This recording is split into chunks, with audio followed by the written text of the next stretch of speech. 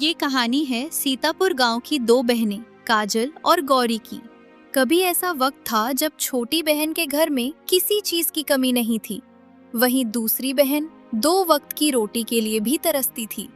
लेकिन कुछ सालों में दोनों बहनों की जिंदगी ऐसी बदली कि अमीरी गरीबी का पूरा हिसाब ही उलट गया। एक शाम काजल का पति राजीव उसके सामने हाथ जोड़कर खड़ा था। काजल, मैं अपनी गलती मानता हूं। मैंने तुम्हारा साथ उस वक्त नहीं दिया जब तुम्हें मेरी सबसे ज्यादा जरूरत थी। लेकिन अब मैं सच में चाहता हूं कि तुम मेरे साथ घर वापस चलो। राजीव, जिस घर से मैं अपने पैरों पर निकल कर आई थी, उसी घर में सिर्फ कहने भर से वापस लौटना मेरे लिए इतना आसान नहीं है। तुम एक बार चलकर तो देखो, मैं सब ठीक कर दूंगा। जैसा तुम कहोगी वैसा ही होगा। नहीं राजीव, इस बार मैं अपनी जिंदगी किसी के ठीक करने का इंतजार नहीं करूंगी। मुझे अपने फैसले खुद लेने हैं। आखिर ऐसा क्या हुआ था कि दोनों बहनों की जिंदगी कुछ ही सालों में बिल्कुल बदल गई। कहानी शुरू होती है उनके बचपन से। गांव के किनारे मिट्टी के छोटे से घर में दीनदयाल अपनी पत्नी सुशीला और दो बेटियों गौरी और काजल के साथ रहते थे। घर में पैसा भले ही कम था, मगर दोनों बहनों में प्यार बहुत था। दीदी, मेरी चोटी फिर खुल गई। अरे अभी तो बांधी थी छोटी, तू एक जगह टिककर बैठती ही कहाँ है? तो अच्छी तरह कसकर बांधो ना दीदी, ताकि दिन भर ना खुले। खेलते टाइम बार बार खुल जाती है। अच्छा इधर बैठ, लेकिन आज के बाद चोटी खुली तो खुद ही बनाना, मैं नहीं बनाऊंगी। तुम मेरी बड़ी दीदी हो या मेरी अम्मा? हमेशा ऐसे क्यों बोलती हो? ज्यादा बोलेगी तो अम्मा से ही शिकायत कर दूंगी तुम्हारी। कहूंगी कि उनकी लाडली बेटी बहुत बोलने लगी है। देख लेना दीदी, मैं कह रही हूं ना, अम्मा भी मेरी ही बात मानेंगी, तुम्हारी नहीं। अच्छा जी, बताओ जरा, आखिर अम्मा तुम्हारी ही बात क्यों मानेंगी? दीदी, क्योंकि मैं घर में सबसे छोटी हूँ। गरीबी के बावजूद भी दोनों बहनों की जिंदगी छोटी छोटी खुशियों में इसी तरह गुजर रही थी। एक शाम दोनों घर के बाहर बैठी थी। दीदी, जब हमारी शादी हो जाएगी तो क्या हम दोनों अलग अलग घर में रहेंगे? बताओ ना दीदी। छोटी शादी के बाद तो सबको अपने अपने ससुराल जाना ही पड़ता है। तू अभी से इतना क्यों सोच रही है? फिर मैं तुम्हारे पास कैसे आऊंगी दीदी, बताओ ना। जब भी मेरा मन करेगा छोटी, तो मैं तेरे घर आ जाऊंगी। जब तेरा मन करेगा तू भी सीधा मेरे घर चली आना। और अगर मेरे ससुराल वालों ने मुझे आने नहीं दिया तो क्या करोगी दीदी? तो मैं खुद सारा काम धाम छोड़कर तुझे अपने घर लेने आऊंगी पगली। तू कहाँ इतना चिंता करती है? फिर मैं भी आपसे वादा करती हूँ दीदी, चाहे कुछ भी हो जाए, मैं तुम्हें कभी अकेला नहीं छोड़ूंगी। ठीक है काजल, बस ये बात जीवन भर याद रखना। समय बीता और गौरी शादी के लायक हो गई। एक दिन गांव के किसान माधव की माँ गौरी का रिश्ता लेकर आईं। बेटी, लड़का बहुत मेहनती है। जमीन ज्यादा नहीं है, लेकिन अपना छोटा सा खेत है। अम्मा, आपने ये सब तो बता दिया, लेकिन ये नहीं बताया कि लड़के का स्वभाव कैसा है। काजल बेटी, लड़का स्वभाव से बहुत सीधा है। दिन रात पसीना बहाता है। वो मेहनत करने से कभी पीछे नहीं हटता। दीदी, आपको पता है, अम्मा ने जो आपके लिए लड़का देखा है, उसका स्वभाव तो बहुत सीधा है, लेकिन कह रही थी उसका घर बहुत छोटा है। घर छोटा है तो क्या हुआ काजल? उस घर में रहने वाले लोगों का दिल बड़ा होना चाहिए। लेकिन दीदी, आपने कभी ये नहीं सोचा कि तुम्हें वहां जाकर कोई परेशानी तो नहीं होगी? पता है छोटी, इंसान गरीब हो चलेगा, लेकिन उसकी सोच गरीब नहीं होनी चाहिए। ये बात हमेशा याद रखना। सच सच बताओ दीदी, तुम्हें माधव जी पसंद है या नहीं? अरे पगली, मैंने उनसे अभी बात ही कितनी की है। जो पसंद और नापसंद तय कर लूं। तो फिर देर किस बात की गौरी दीदी, सामने बैठकर बात कर लो। गौरी, मैं तुमसे अपनी हालत को लेकर कोई झूठ नहीं बोलूँगा, क्योंकि बड़ी बड़ी बातें करना मुझे नहीं आता। जो हूँ तुम्हारे सामने हूँ। आप जानते हैं माधव जी, मैं भी यही चाहती हूँ। हमारे हालात चाहे जैसे हों, हमें एक दूसरे को बेहतर ढंग से जानना और समझना बहुत ज़रूरी है। अगर हम एक दूसरे को जानेंगे समझेंगे नहीं, तो रिश्तों में वो मिठास नहीं आएगी। गौरी, मेरे पास कोई बड़ा पक्का घर नहीं है, खेत भी बहुत छोटा है, कमाई कभी अच्छी होती है तो कभी नहीं, कभी कभी तो 2 वक्त की रोटी का इंतजाम होना भी भारी पड़ता है। एक गृहस्थी चलाने के लिए बस इतना ही बहुत है। हम दोनों मिलकर मेहनत करेंगे और अपनी मेहनत से आगे बढ़ेंगे। जो भी है, मैं तुम्हें साफ साफ बता रहा हूँ गौरी, कल को तुम्हें ये ना लगे कि मैंने तुमसे कुछ छिपाया है। माधव जी, आपने तो पहले ही सारा सच साफ साफ बता दिया है। धोखा तो तब होता जब आप अपनी सच्चाई छिपाते। गौरी, तुम्हें इतनी तंगी और गरीबी से डर नहीं लगता? डर तो लगता है माधव जी, लेकिन गरीबी से ज्यादा डर उस जिंदगी से लगता है जहां मुश्किल वक्त आने पर कोई साथ ना खड़ा हो। गौरी, ये बहुत अच्छी बात कही तुमने। शायद अब हम दोनों एक दूसरे को बहुत अच्छी तरह समझ पाएंगे।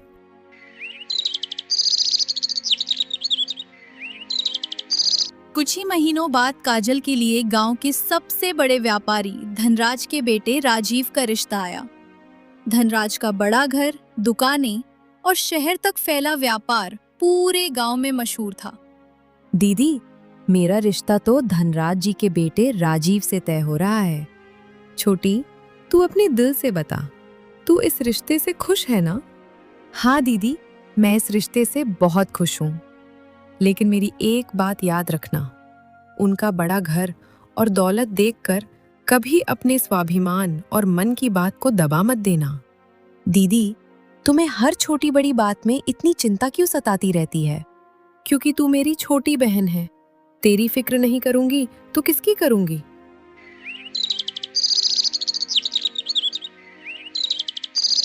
दोनों बहनों की शादी हो गई।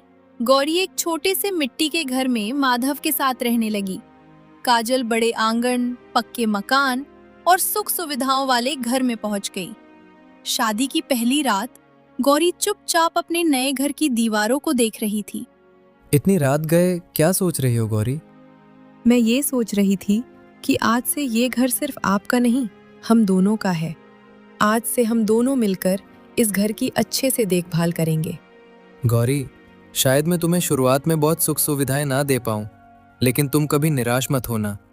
सुख सिर्फ पैसों और महलों में नहीं मिलता।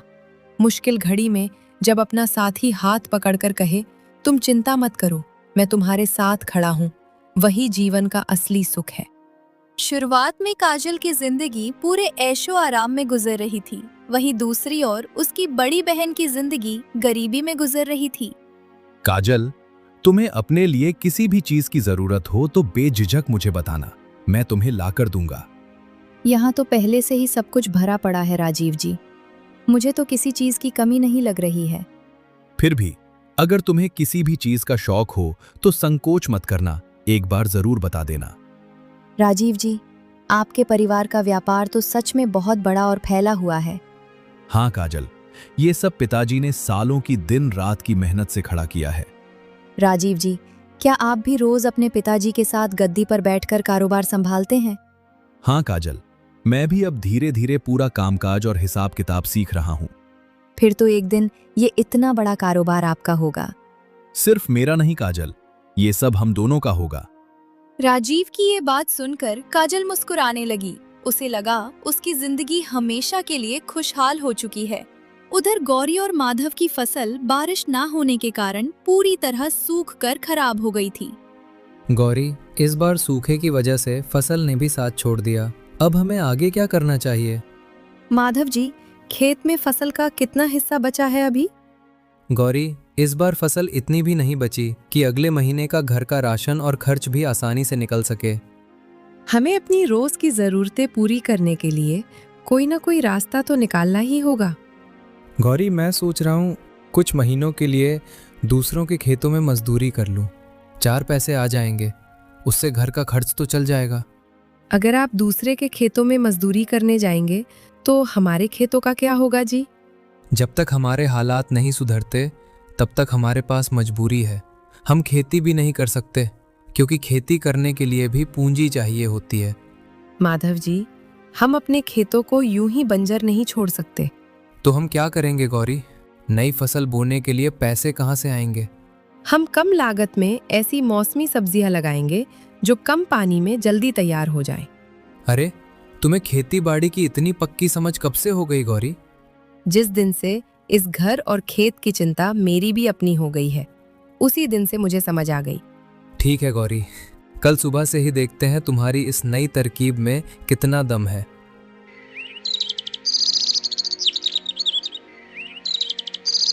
दोनों ने खेत के छोटे हिस्से में सब्जियां उगाने का फैसला किया। गौरी ने गांव के बुजुर्ग किसान से प्राकृतिक खाद और देसी तरीकों के बारे में सीखा। कुछ हफ्तों में दोनों की मेहनत रंग लाई और खेत में हरी सब्जियां दिखाई देने लगीं। गौरी, लगता है इस बार हमारी मेहनत सच में रंग ला रही है। अभी फसल सिर्फ खेत की क्यारियों में खिली है। जिस दिन घर का चूल्हा इसी की कमाई से जलेगा, तब मैं मानूंगी कि हमारी मेहनत सचमुच रंग लाई है। गौरी, तुम्हें हर खुशी पूरी तरह हाथ में आने के बाद ही उस पर भरोसा क्यों होता है? क्योंकि आधी अधूरी उम्मीदों और बातों से कभी इंसान का पेट नहीं भरता जी। तो इसमें इतना सोचना क्या? सब्जी की पहली खेप लेकर कल सुबह ही बाजार चलते हैं। नहीं, कल का इंतजार क्यों करना, हम आज ही चलेंगे। मुझे समझ नहीं आता, तुम हर काम में इतना जल्दबाजी क्यों करती हो? क्योंकि खेत से टूटी सब्जी जितनी ताजी और हरी रहेगी, मंडी में उतनी ही अच्छी कीमत मिलेगी। अच्छा भाई, जब घर के मालिक का यही हुक्म है तो चलो अभी चलते हैं। सरकार का हुक्म भला कोई टाल सकता है? गौरी और माधव पहली बार अपनी सब्जियां लेकर गांव के बाजार पहुंचे। बहन जी, ये सब्जियां क्या सीधे अपने खेत से ताजी तोड़कर लाई हो? क्योंकि ये देखने में बहुत हरी भरी लग रही हैं। जी भाई साहब, बिल्कुल, आज सुबह ही सूरज निकलने से पहले तोड़ी हैं। फिर तो 1 किलो ताजी भिंडी और 2 किलो लौकी तौल दो। गौरी, देखो हमारी पहली बिक्री हो भी गई। हमारी हरी सब्जियां लोगों को पसंद आ रही है। बस ऐसे ही बिक्री होती रहे। अभी तो सिर्फ शुरुआत हुई है माधव जी, पूरी टोकरी खाली होना तो अभी बाकी है। और अगर आज शाम होने से पहले ही ये सारा माल बिक गया तो हम क्या करेंगे गौरी? तो आज घर लौटते समय बाजार से थोड़ा गुड़ ले चलेंगे, क्योंकि ये हमारी पहली कमाई है। इससे घर में कुछ मीठा तो बनना चाहिए। शाम तक सारी सब्जियां बिक गईं। घर लौटते समय माधव ने सारे पैसे गौरी की हथेली पर रख दिए। ये लो गौरी, आज की पूरी कमाई संभालो। ये हम दोनों की मेहनत का फल है, इसे संभाल कर रखना। उधर धनराज के व्यापार में अचानक एक बड़ा झटका लगा। जिस व्यापारी को उन्होंने भरोसे पर भारी माल उधार दिया था, अब वही पैसे लौटाने से साफ इनकार कर रहा था। राजीव, आज गल्ले और बही खाते का पूरा हिसाब देखा तुमने? हाँ पिताजी, बाजार में हमारा बहुत सारा मूलधन फंस गया है। कोई लौटाने का नाम ही नहीं ले रहा है। अगर अगले महीने तक वसूली का पैसा नहीं आया तो हमें कर्ज चुकाने के लिए अपनी संपत्तियां बेचनी पड़ेंगी। इतनी जल्दी इतना बड़ा नुकसान कैसे हो सकता है पिताजी? मेरे तो कुछ समझ में ही नहीं आ रहा है। राजीव, व्यापार में गलत आदमी पर किया गया भरोसा भी कभी कभी सालों की मेहनत और नाम दोनों खराब कर देता है। अगर मेरे मायके से मिले गहनों या किसी चीज से मदद हो सके तो बता दीजिएगा। अब तू अपनी छोटी सी पूंजी से हमारा इतना बड़ा घाटा भरेगी क्या बहू? माँ जी, मेरा वो मतलब नहीं था। मैं तो बस इस मुश्किल घड़ी में परिवार का हाथ बटाना चाहती हूँ। पहले ढंग से चूल्हा चौका और घर संभालना सीख ले। मदद करने के बारे में बाद में सोचना, बड़ी आई मदद करने वाली। अम्मा, काजल ने मदद की नीयत से ही तो कहा, गलत क्या कह दिया उसने? तू अभी नादान है। हर बात में अपनी नई नवेली पत्नी की तरफदारी मत किया कर। गौरी और माधव ने धीरे धीरे सब्जियों की खेती बढ़ानी शुरू की। अब वे सुबह खेत में काम करते और दोपहर होते ही सब्जियां लेकर बाजार जाते। गौरी, अब पैदावार बहुत ज्यादा होने लगी है। इतना सारा माल मंडी में अकेले कैसे बेचेंगे? मैंने आज सुबह ही कस्बे के 2 बड़े होटल और कुछ दुकानदारों से माल लेने की पक्की बात कर ली है। गौरी, तुम इतनी दूर अकेले ही बात करने चली गई थी?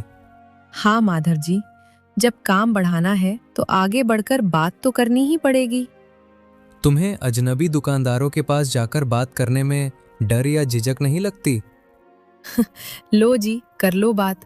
अपने काम को बढ़ाने के लिए किसी से बात करने में भला किस बात का डर? अगर उनमें से अगर किसी ने सीधे मुंह पर मना कर दिया या बेरुखी दिखाई तो? एक मना करेगा तो मैं दूसरी दुकान पर जाऊंगी। ईमानदारी की रोटी और काम मांगने में शर्म कैसी? सच में गौरी, तुम्हारे हौसले और तुम्हारे अंदर बहुत गजब की हिम्मत है। जब अपने साथ सच्चा जीवन साथी साथ खड़ा हो तो हिम्मत अपने आप दोगुनी हो जाती है। कई महीनों बाद काजल मायके आई और सीधा गौरी के घर जा पहुंची। अरे काजल, तू अचानक इस वक्त? सब ठीक तो है ना? दीदी, बहुत दिन हो गए थे, बस तुमसे मिलने और तुम्हें देखने का मन किया तो चली आई। ससुराल में सब ठीक ठाक तो है ना? और राजीव जी कैसे हैं? काजल कुछ पल चुप रही और नजरें चुराने लगी। तू मुझसे कुछ छिपा रही है, क्या हुआ है? सच सच बता, क्या बात है काजल? मैं तेरी बड़ी बहन हूँ, मुझसे कुछ छिपाने की जरूरत नहीं है। दीदी, मेरे ससुराल की हालात अब पहले जैसे नहीं रहे। खुशहाली जैसे उस घर में गायब सी हो गई है। राजीव जी का व्यवहार कैसा है? वो ठीक है कि नहीं? व्यापार में भारी नुकसान से वो बहुत परेशान रहते हैं, लेकिन अब वो मेरी कोई बात सुनने या समझने की हालत में नहीं है। और सास ससुर का रवैया कैसा है? उन्होंने तुम्हें कुछ नहीं कहा ना? दीदी, अब तो बात बात पर ताने और खरी खोटी सुनने को मिलती है। तूने कभी शांति से उनके तानों का जवाब क्यों नहीं दिया? बस चुपचाप सुनती रही। हर आदमी को अपनी बात रखने का अधिकार होता है। दीदी, मैं घर में और ज्यादा क्लेश और झगड़ा नहीं बढ़ाना चाहती थी। झगड़ा मत करना, लेकिन चुपचाप सब सहकर अपना आत्मसम्मान भी मत खो देना। दीदी, मैं आपके साथ मिलकर कुछ काम करना चाहती हूँ, ताकि मैं भी अपने पैरों पर खड़ी हो सकूं। अगर इरादा पक्का है तो कल से मेरे साथ काम पर लग जा। दोनों बहनें मिलकर काम करेंगे। दीदी, लेकिन मुझे तो मिट्टी और खेती का ककहरा भी नहीं आता। शुरुआत में मुझे भी कहाँ कुछ आता था। मन में काम करने की लगन होगी तो सब सीख जाएगी। ससुराल और गांव के लोग देखेंगे तो क्या कहेंगे दीदी? इसके बारे में तो हमने सोचा ही नहीं। जिन लोगों ने हमारे भूखे पेट को कभी रोटी नहीं दी, उनकी बातों की चिंता क्यों करना? तू बस अपने काम के बारे में सोच, लोगों की बातों की नहीं। दीदी, तुम हमेशा बिना कहे ही मेरी हर तकलीफ समझ लेती हो। क्योंकि तू जुबान से कुछ बोले या ना बोले, लेकिन तेरा उतरा हुआ चेहरा मुझे सब सच बता देता है।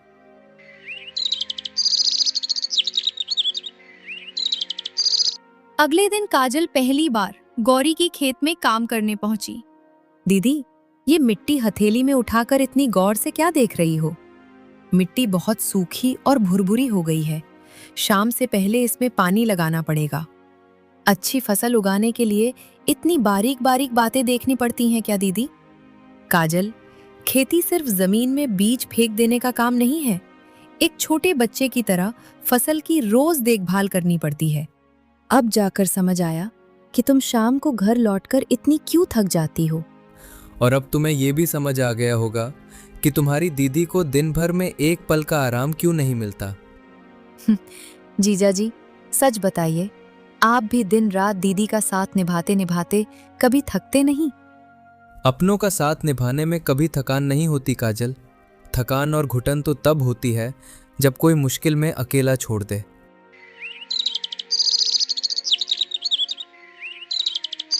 काजल के आने के कुछ ही दिनों बाद ही उनकी सबसे अच्छी फसल में कीड़े लग गए। दीदी, देखो ना, ये सारी हरी पत्तियां किनारे से कटकर खराब हो रही हैं। हाँ, मैंने भी अभी गौर किया। कीड़ों का हमला हुआ है। इसका समय पर इलाज होना जरूरी है। अगर ये बीमारी तेजी से फैली तो हमारी हफ्तों की आधी फसल बिल्कुल चौपट हो जाएगी। हे भगवान, अब हम क्या करेंगे? अब तो हमारी सारी मेहनत बर्बाद हो जाएगी। सबसे पहले तुम लोग घबराना बिल्कुल बंद करो। हिम्मत से काम लेंगे, कुछ नहीं होगा हमारी फसल को। लेकिन अगर दवा काम नहीं की और पूरी फसल खराब हो गई तो? तू चिंता मत कर काजल, हो सकता है कुछ हिस्सा खराब हो जाए, लेकिन हम अपनी सूझबूझ से बाकी पूरा खेत बचा लेंगे। गौरी, हमें बिना देर किए आज ही देसी कीटनाशक का छिड़काव करके बाकी पौधों को बचाना होगा। मैं भी आप दोनों के साथ मिलकर पूरे खेत में देसी दवा का छिड़काव करूंगी। तू धूप में मत परेशान हो। तू मंडी के ऑर्डर की तैयारी कर ले, क्योंकि सब्जियां समय पर पहुंचनी भी जरूरी है। नहीं दीदी, जब काम में साथ रहने का वादा किया है तो आज पूरे वक्त खेत में ही डटी रहूंगी। ठीक है, फिर मिलकर काम का बंटवारा कर लेते हैं। इससे काम भी कम हो जाएगा और काम जल्दी भी खत्म हो जाएगा। तीनों ने दिन भर खेत में काम किया, लेकिन कुछ फसल बच गई तो कुछ खराब हो गई। उस रात काजल बहुत उदास थी। दीदी, इतना खून पसीना बहाने और मेहनत करने के बाद भी हमारा इतना बड़ा नुकसान हो गया। काजल, खेती में ऐसा होता रहता है। कभी कभी कुदरत के आगे मजबूर होकर नुकसान सहना ही पड़ता है। तो क्या हमारी ये सारी दिन रात की मेहनत पूरी तरह बेकार चली गई? नहीं काजल, मेहनत कभी पूरी तरह जाया नहीं जाती। इतना नुकसान होने के बाद भी तुम ऐसा कैसे कह सकती हो? क्योंकि आज सिर्फ खेत की कुछ फसल का नुकसान हुआ है, हमारे काम करने के तजुर्बे और सीख का नहीं। उस नुकसान के बाद दोनों बहनों ने तय किया कि सिर्फ अपनी जमीन पर निर्भर रहना ठीक नहीं होगा। दीदी, अगर हम अपनी खेती के साथ साथ गांव के दूसरे छोटे किसानों से भी ताज़ी सब्जियां इकट्ठा करें तो और अच्छा रहेगा। लेकिन वो बाकी किसान अपना माल बिचौलियों को छोड़कर हमें क्यों देंगे? क्योंकि हम बिना किसी दलाली के उन्हें मंडी से ज्यादा सही और नकद दाम देंगे। जब लोगों का फायदा होगा तो जाहिर सी बात है वो माल हमें ही देंगे। और हम वो सारा माल सीधे शहर के बड़े थोक व्यापारियों को बेचकर हमें भी अच्छा खासा मुनाफा हो सकता है। योजना तो बहुत अच्छी है, लेकिन इसके लिए लेन देन का पाई पाई का हिसाब किताब बिल्कुल साफ रखना होगा। दीदी, आप बेफिक्र रहिए। पूरे बही खाते और पैसों का हिसाब किताब मैं पूरी ईमानदारी से रखूंगी। शुरुआत में बहुत बड़ा जोखिम नहीं लेंगे। पहले सिर्फ 2 किसानों से काम चालू करेंगे। जब काम करना ही है तो सीधे 5-6 किसानों से शुरुआत क्यों नहीं करते? क्योंकि हम रातों रात बड़ा बनने की जल्दबाजी में अपने छोटे और मजबूत काम की बुनियाद खराब नहीं करना चाहते। गौरी बिल्कुल पते की बात कह रही है। एक एक कदम फूक फूक कर ही रखना सही होगा। जब हमें तजुर्बा हो जाएगा तो हम बड़ा काम भी आसानी से संभाल लेंगे। पहले हमें छोटे पैमाने पर शुरुआत करनी चाहिए। ठीक है दीदी, जैसा आपको समझ आए वैसा कीजिए। हम कल से 2 किसानों से ही काम शुरू करते हैं।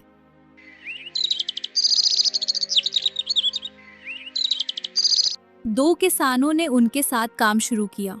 दोनों बहनों ने किसानों को तय कीमत समय पर दी। कुछ समय बाद एक किसान खुद उनके पास आया। बेटियों, अगर गाड़ी में थोड़ी जगह बची हो तो मेरी गोभी की बोरियां भी साथ ले जाना।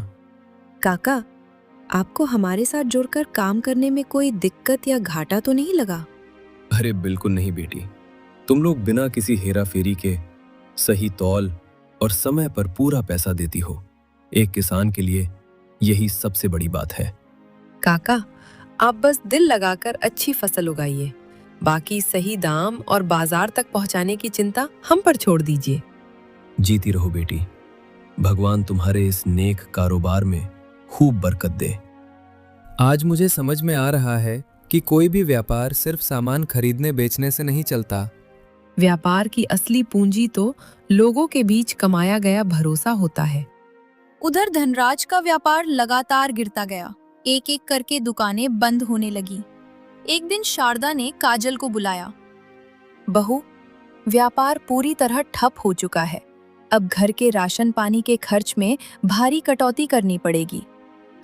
माँ जी, मैं घर के बिगड़े हुए हालात को अच्छी तरह समझ रही हूँ। और ये तो सुबह सुबह ही मायके चली जाती है। दिन भर वहाँ क्या गुल खिलाती रहती है? माँ जी, मैं वहाँ कोई सैर सपाटा नहीं करती। अपनी दीदी के साथ मिलकर मेहनत का काम करती हूँ। इतने बड़े खानदान की बहू होकर तो दूसरों के खेतों में धूल फाकती फिरेगी। माँ जी, मेहनत और ईमानदारी से किया गया कोई भी काम छोटा या बड़ा नहीं होता। लगता है मायके की हवा लग गई है। तुझे बड़ों के आगे जुबान चलाने की बुरी आदत हो गई है। काजल, घर में पहले से ही इतनी तंगी है। अभी अम्मा की बातों को लेकर बहस मत बढ़ाओ। राजीव, मैं कोई बेवजह बहस नहीं कर रही हूँ। मैं तो बस इतना बता रही कि मैं वहाँ मेहनत से काम करती हूँ। मैं तुम्हारी नीयत जानता हूँ, लेकिन इस वक्त हमारे पूरे परिवार की हालत बहुत ज्यादा खराब है। इसीलिए तो मैं दिन रात एक करके काम कर रही हूँ, ताकि इस मुश्किल से निकल सकें। तुम्हें सचमुच लगता है कि तुम्हारे इस छोटे मोटे काम से हमारे खानदान की बिगड़ी हालत सुधर जाएगी? मुझे ये तो नहीं पता कि सब ठीक होगा या नहीं, लेकिन इतना जरूर जानती हूँ कि घर बैठकर सिर्फ लाचारी जताने से तो हालात कभी नहीं बदलेंगे। राजीव के पास इस बात का कोई जवाब नहीं था। काजल ने शहर की एक सब्जी दुकान के मालिक से संपर्क किया। बहन, क्या तुम लोग बिना नागा किए रोज इतनी मात्रा में ताजी सब्जियां पहुंचा सकती हो? जी हाँ, लेकिन हम शुरुआत में सिर्फ उतनी ही मात्रा में सब्जियों का जिम्मा लेंगे जितना सही समय पर दे सकें। तुम्हारी बात में मुझे भरोसा दिख रहा है। ठीक है, अगले 1 महीने के लिए सौदा पक्का समझो। ये दोनों बहनों के छोटे से काम का शहर का पहला बड़ा ऑर्डर था। दीदी, हमारे काम को शहर में पहला बड़ा मौका मिल गया है, लेकिन माल अभी जितना भेजते हैं उससे लगभग 2 गुना भेजना होगा। मौका जरूर बड़ा है काजल, लेकिन इसे पाने की खुशी में अपनी ताकत से ज्यादा बोझ मत उठा लेना। हमें पैसा कमाने के साथ अपना भरोसा भी बचाना है। एक बार किसी का भरोसा टूट गया तो फिर बड़े से बड़ा सौदा भी हमारे किसी काम का नहीं। ऑर्डर पूरा करने की तैयारी शुरू ही हुई थी कि लगातार बारिश ने गांव का कच्चा रास्ता कीचड़ से भर दिया। दीदी, रास्ता पूरी तरह बंद हो गया है। शहर की गाड़ी गांव तक नहीं आ सकती, और अगर आज माल नहीं निकला तो हमारा पहला बड़ा ऑर्डर हाथ से चला जाएगा। माल तो तैयार है, लेकिन रास्ता ठीक नहीं है। मैं बैलगाड़ी और तिरपाल का इंतजाम करता हूँ। किसी भी तरह माल मुख्य सड़क तक पहुँचाना होगा। ठीक है, लेकिन सबसे पहले उस व्यापारी को सब सच बता दो कि माल पहुंचने में देरी होगी। बाद में बहाना बनाने से अच्छा है कि अभी साफ साफ बता दे। हो सकता है वो इंतजार कर ले, और अगर नहीं भी करता तब भी कम से कम हमारा भरोसा झूठ के सहारे नहीं टिका होगा। काजल ने व्यापारी को फोन किया और सारा सच उसे बता दिया। भैया, बारिश की वजह से गांव का रास्ता बंद है। माल पूरा तैयार है और हम बैलगाड़ी से भेज रहे हैं। पहुंचने में कुछ घंटे की देरी हो सकती है। मैंने सोचा आपको बाद में सफाई देने से अच्छा है पहले ही सच बता दूं। बहन, देरी की चिंता मत करो। तुमने समय रहते सच बता दिया, यही मेरे लिए काफी है। माल सुरक्षित पहुंचाना, दुकान थोड़ी देर से खुलेगी तो कोई बात नहीं। उस रात गौरी, माधव, काजल और किसानों ने बारिश के बीच मिलकर माल मुख्य सड़क तक पहुंचाया।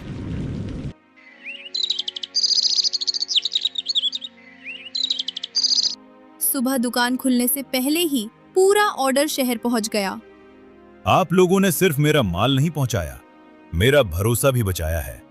इतनी बारिश में जहां कोई दूसरा आदमी ऑर्डर न पूरा करने का बहाना बना देता, तुम लोगों ने पूरी रात मेहनत करके माल समय पर पहुंचा दिया। अब मैं तुम्हारा नाम शहर की दूसरी दुकानों में भी बताऊंगा।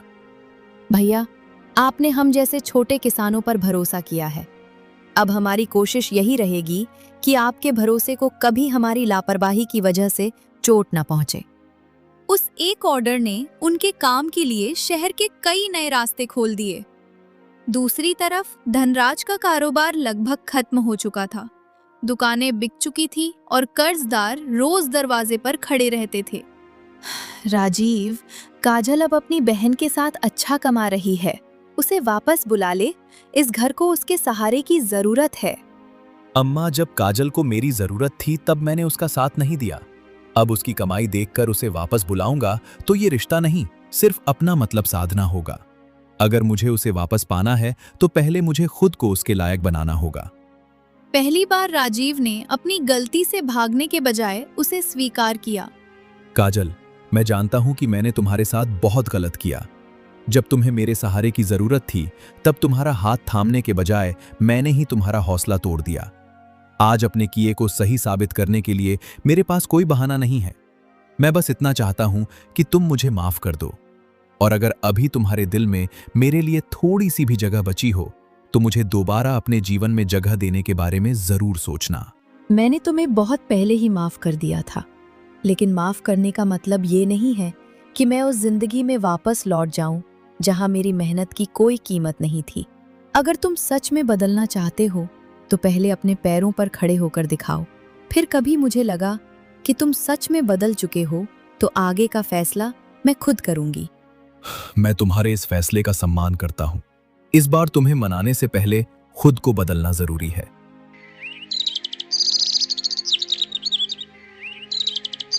अगले दिन राजीव ने गौरी और माधव के साथ काम शुरू कर दिया। पहली बार उसे समझ आया कि कारोबार सिर्फ गद्दी पर बैठकर हिसाब लगाने का काम नहीं, बल्कि किसानों की मेहनत, समय और भरोसे को संभालने का काम है। राजीव, ये काम इतना आसान नहीं है। अगर तुम सच में बदलना चाहते हो तो कुछ दिन नहीं बल्कि लगातार मेहनत करनी होगी। पहले मैं मेहनत को सिर्फ पैसे कमाने का जरिया समझता था। अब समझ आया है कि मेहनत इंसान को उसकी असली कीमत भी बताती है। मैं इस बार किसी के सहारे नहीं, अपने दम पर खड़ा होना चाहता हूँ। कुछ समय बाद शाम के वक्त गौरी और काजल खेतों के बीच के रास्ते से घर लौट रही थीं।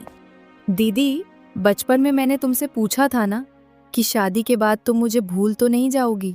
उस वक्त मुझे क्या पता था कि एक दिन जिंदगी मुझे इतनी दूर ले जाएगी और फिर वही बचपन की बहन मेरा सबसे बड़ा सहारा बनेगी। मैंने तेरा हाथ जरूर पकड़ा था काजल, लेकिन इस रास्ते पर तू खुद चली है। मैंने बस तुझे उस वक्त याद दिलाया था कि तू किसी से कम नहीं है। आज समझ आया कि जिंदगी में बड़ा घर, पैसा और आराम मिल जाना ही सबसे बड़ी खुशी नहीं है। अगर मुश्किल वक्त में कोई इंसान बिना किसी मतलब के हाथ थाम ले तो वही सबसे बड़ी दौलत है। और याद रखना, तूने अपनी जिंदगी किसी के एहसान से नहीं, अपनी मेहनत से बनाई है। इसलिए आगे भी कोई फैसला डर या मजबूरी में मत लेना। जो तेरे सम्मान और सुकून के लिए सही हो वही करना। एक बात पक्की है दीदी, जिंदगी चाहे जितनी भी बदल जाए, मैं आपका हाथ कभी नहीं छोड़ूंगी। और मैं भी कभी तुझे अकेला नहीं छोड़ूंगी।